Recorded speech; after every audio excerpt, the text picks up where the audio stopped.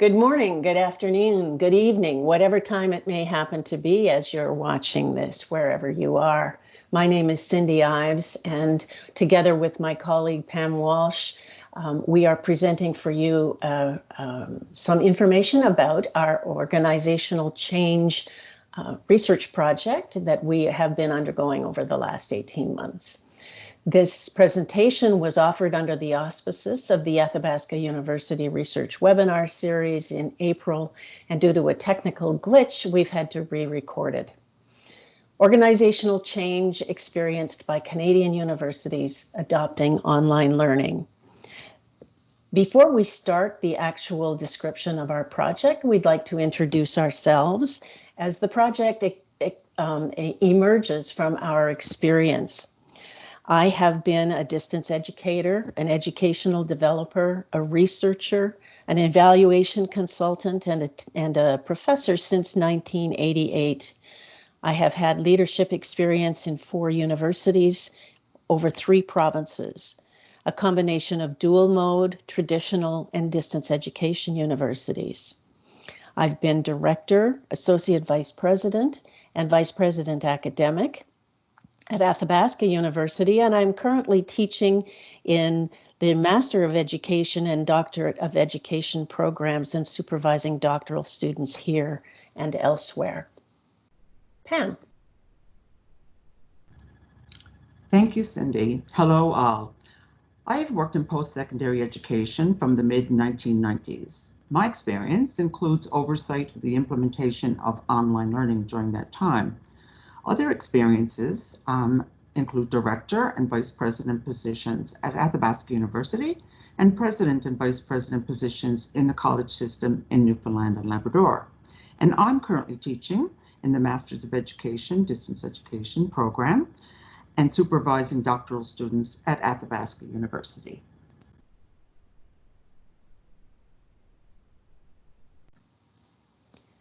So the context for our study predates the coronavirus, but it is made perhaps a bit more poignant in the last couple of months. Our research is connected, as I said, to my earlier work in technology integration and Pam's earlier work in leadership. We have been exploring the question of distance education and online learning growth in Canada, connected to the disruptive and transformational potential that has been explored in the literature and other people's experience. The changes in experience of learning and teaching enabled by innovative and developing technologies have been well documented, but the role of educational leaders and the specific experience in Canada is limited so far. So we are investigating the experiences of selected distance education universities who moved to online learning over a 15-year period from 2002 to 2017. Here's a selection of headlines from mid-March when we were preparing this presentation. While the slide focuses on the US and Canada, the news from other places such as the UK, Europe, Australia, Asia, Africa, the news is similar. Canadian Digital Learning Research Association and their work in identifying which universities in Canada are moving online has been useful to us. EDUCAUSE publishes a Horizon report every year, and the 2020 report identifies a number of influential trends and emerging practices in technology enhanced and supported higher education, teaching and learning. As a part of the context, we're living this in Canada, as well as in the US where this study was done. Pam. Thank you, Cindy. To our knowledge, our study is unique in Canada. Access to post-secondary education is a significant issue, and as recent Canadian surveys done prior to the pandemic have shown, many colleges and universities are moving into the online learning space. Our findings may be informative, providing recommendations and new insights into the potential of online learning in higher education and the leadership required to bring that potential to fruition. Looking at some themes that have emerged from the literature that we have reviewed, the move to online learning has been disruptive, but potentially transformative. Disruptive change can be problematic because the natural tendencies of universities and other institutions is to protect existing structures and activities. Awareness of organizational culture is important, and leadership is also important, especially so during times of change. Cindy. Thank you, Pam. So given all of that context, this is our research question.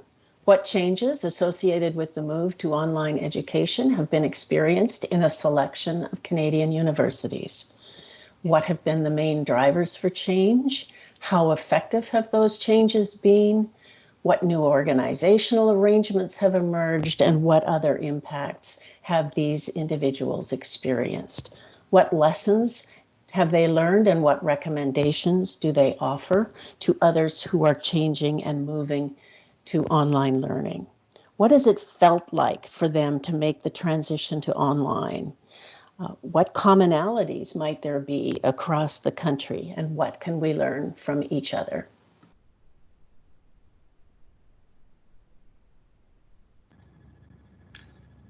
So here are some of the theories and models underpinning our study. Our study is grounded in seminal works that are relevant to our study with an emphasis on the organization versus the individual. For example, Christensen introduced the theory of disruptive innovation. Bass and Burns, respectively, introduced and extended the concept of transformational leadership in organizations. And Tony Bates, and many of you would certainly know of him, has produced many influential works since 2000, such as the Actions Model for Selecting and Applying Technology. Let's look at the methodology for our study. This is an emergent and exploratory qualitative study. Consistent with our research questions, we purposely chose specific universities and participants for our studies, including people who had retired or otherwise moved on. Our interviews were approximately 2 hours in duration, and we conducted them online using audiovisual technology that included Skype, Skype for Business, and Zoom. With the help of our participants, we also collected relevant university documents such as strategic plans, annual, and other reports for analysis. Cindy. As we indicated at the beginning, this project emerges out of our own experience, and so reflexivity is important to us as part of our design and analysis stages. Reflexivity is important because it can lead to a more credible study. Researcher influence, both on the research design and the decisions, on the participants themselves and on the analysis, as well as on the writing, has occupied our time as we have moved through this research project. We have been journaling to facilitate the process of arriving at common understanding, and this has led us to additional insights through the trail of thoughts and decisions that those journals provide. We have been building as well opportunities for critical self-reflection about our own histories, our values, and our assumptions. This diagram is just for discussion purposes and to illustrate how we have worked together to determine some of the key factors in identifying the quality of our study. We have been interested, as I mentioned, in reflexivity and journaling to ensure transparency throughout the project. And that transparency is of our positionality, our conscious awareness of our personal and professional experiences and histories. Our project has outlined a variety of presentations with respect to ethics and informed consent, confidentiality and anonymity, have together, along with transcript verification and credibility, helped us to ensure the accuracy of our transcripts and therefore the credibility of our interpretations. We want to acknowledge our values, assumptions, and histories so that we can lay them open to scrutiny, to others, and to ourselves of our positions. Pam.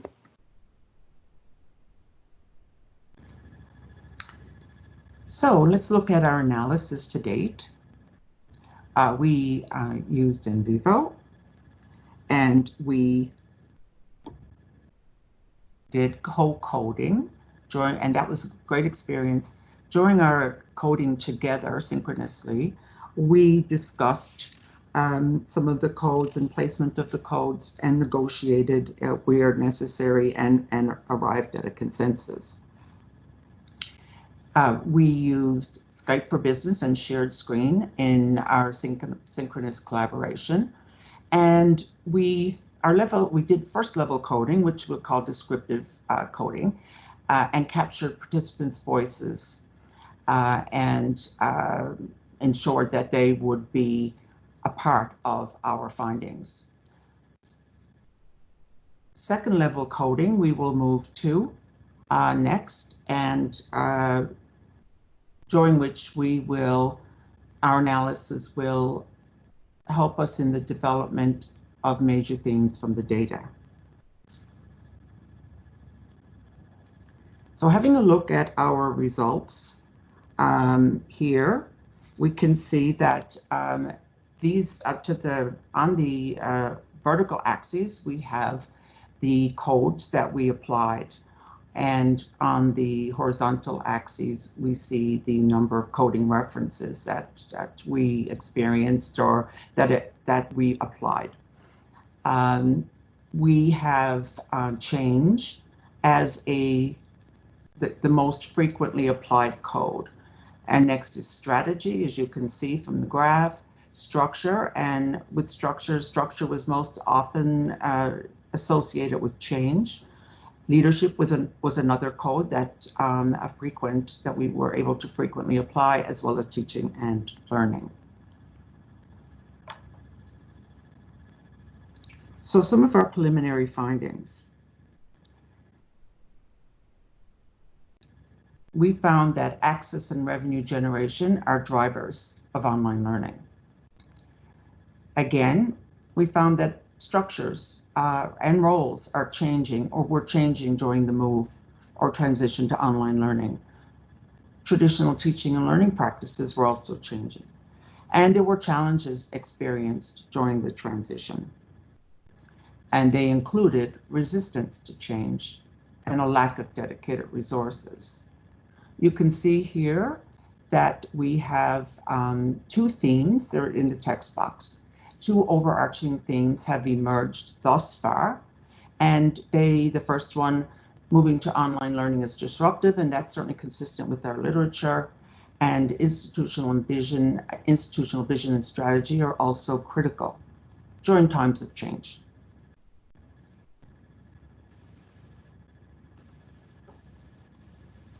Thanks, Pam.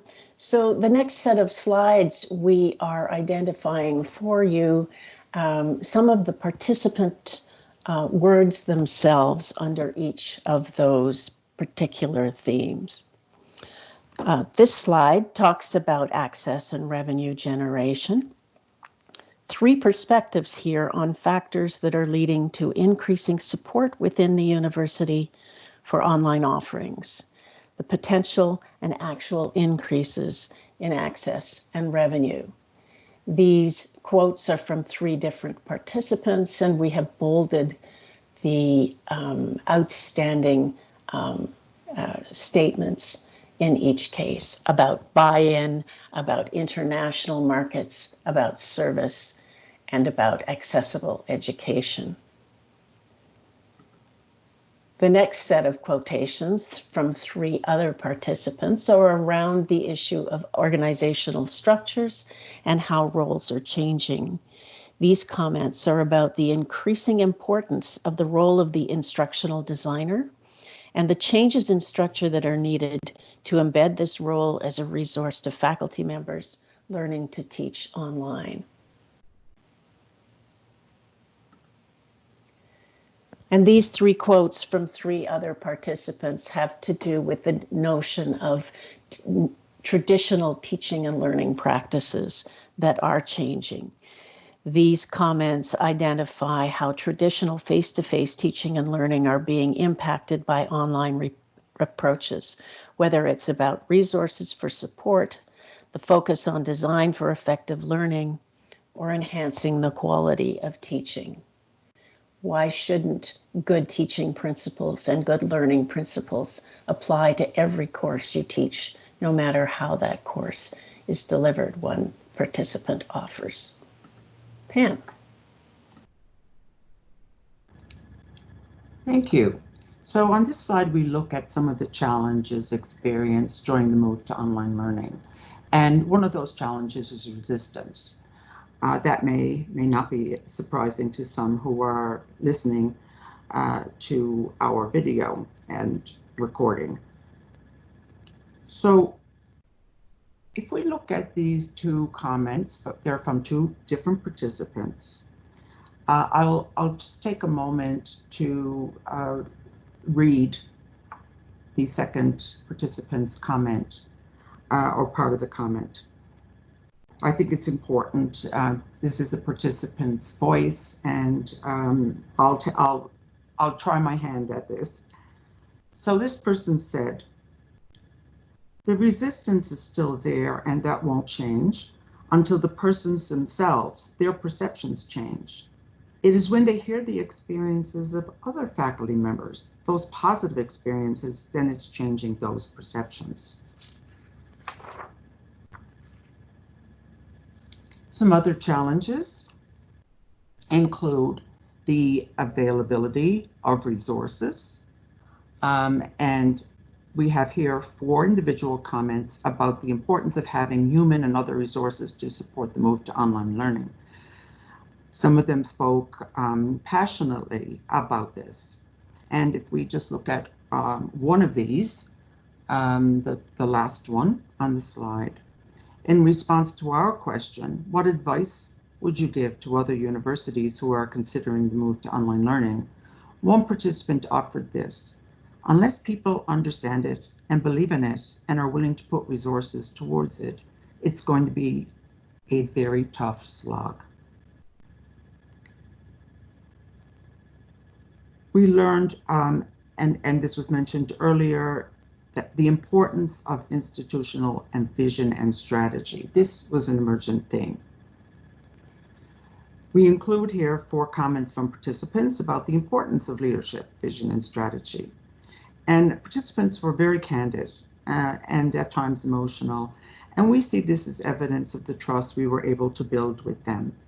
So again, the quotes are there, but I'll just look at the last quote with you. When we asked about the role that leadership played in the transition, one participant said, "Very little, to be honest. I have to be honest, it's been very little." Cindy. Thanks, Pam. So what's next for us? We are writing up phase 1 of the study for publication. This is the part that we have just presented to you. And we are beginning phase 2, which is the 2nd level coding, the thematic and interpretive coding. We've also added document review and analysis in the phase 2 activities, and we're looking forward to the insights that they provide as well, the corroboration, perhaps the validation of some of what we've seen described by our participants. Our reflexivity exercises are ongoing.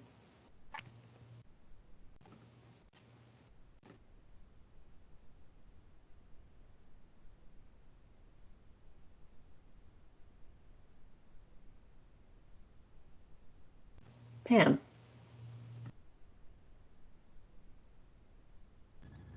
Thank you, Cindy. This is what we've done to date and what we're planning to do to build awareness of our study and share our findings.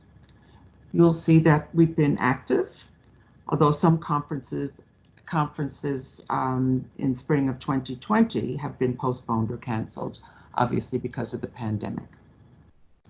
We'll move on now to show you very quickly a couple of slides showing some of the references that we have used. Not all of them, but some of them.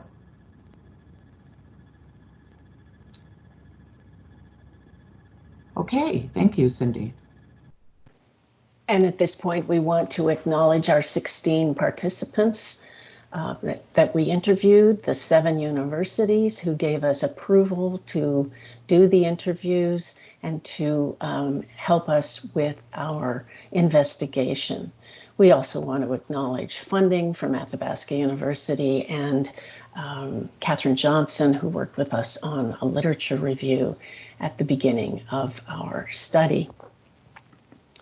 We leave you now with a concluding thought. First of all, the image, which is a picture of Bow Lake in the Canadian Rocky Mountains, one of the most reflective lakes in the world. And this picture, which I took with my iPhone camera, shows how close you can get to true accurate reflection. But it is there in our presentation to remind us that no reflection is perfect and that our study needs further investigation in order to move it forward. The second thing we want to leave you with is this quote from a participant who says, "This is how you get started moving online.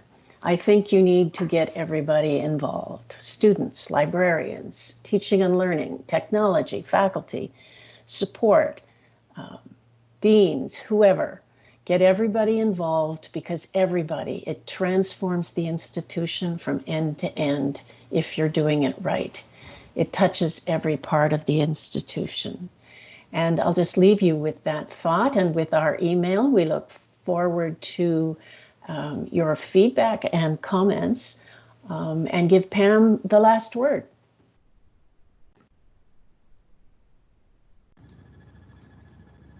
Well, my last word is thank you very much for taking the time to listen to this recording and look at our slides. We very much appreciate it. And again, as Cindy said, if you have any comments or suggestions, we would really welcome an email. We'd love to hear from you. Thank you very much.